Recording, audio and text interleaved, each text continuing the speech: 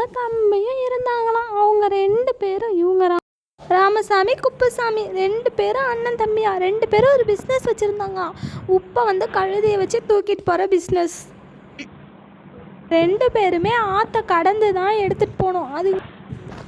அதுக்கு தான் ஒரு டாங்கி வச்சுருந்தாங்க. அந்த டாங்கியை வச்சு தான் அது ஒரு சோம்பேறி டாங்கி. அது எதுவுமே பண்ணாதான், சாப்பிட்டு தூங்குமா. சாப்பாடு கொடுத்தா சாப்பிடுமா, தூங்குமா. அதுக்கு ஒர்க் கொடுக்கலான்னு சொல்லிட்டு மூட்டையை தூக்கிட்டு போகிற வேலையை கொடுத்தாங்களாம். அது ஒரு நாள் அதுக்கு சரி நம்ம பிஸ்னஸ் ஸ்டார்ட் பண்ணலான்னு இந்த ஆற்றை கடந்து போய் மூட்டையை எடுத்துகிட்டு போய் நீ சேல் பண்ணிவிட்டு வா அப்படின்னு சொன்னாங்களாம். அதனால சோகமாக இந்த கழுதை நமக்கே வேலை வச்சுட்டாங்க, நம்ம எதுவுமே செய்ய மாட்டோம், நமக்கே வேலை வச்சுட்டாங்களா அப்படின்னு பார்த்துட்டு ஒரு நாள் என்னாச்சு, கால் தடுக்கி விட்டு விழுந்துடுச்சான்.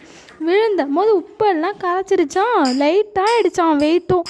அதனால் இதுவும் நல்லா இருக்கே, நம்ம இது போய் முதலாளிக்கிட்ட சொல்லுவோம், நம்ம விழுந்துட்டோம், தெரியாமல் விழுந்துட்டோம் அப்படின்னு ஒரு ஐடியா பண்ணிச்சான்.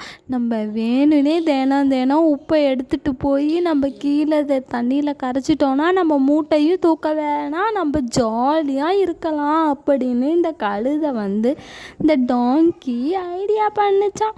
ஒரு நாள் நல்லா செம்ம ஐடியாவாக இருக்கே, நம்ம தண்ணியில் கரைஞ்சிச்சு நம்ம போய் சொல்லுவோம் நம்ம அப்படின்னு சொல்லிடுச்சான்.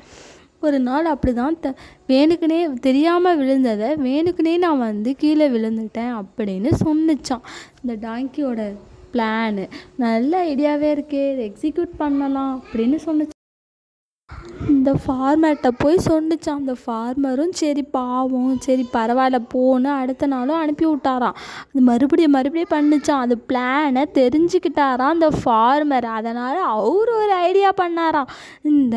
இதுக்கு பதிலாக சால்ட்டுக்கு பதிலாக காட்டன் வச்சு அமிச்சாராம். அது கீழே விழுந்துச்சான், அது தூக்கவே முடியலையாம்.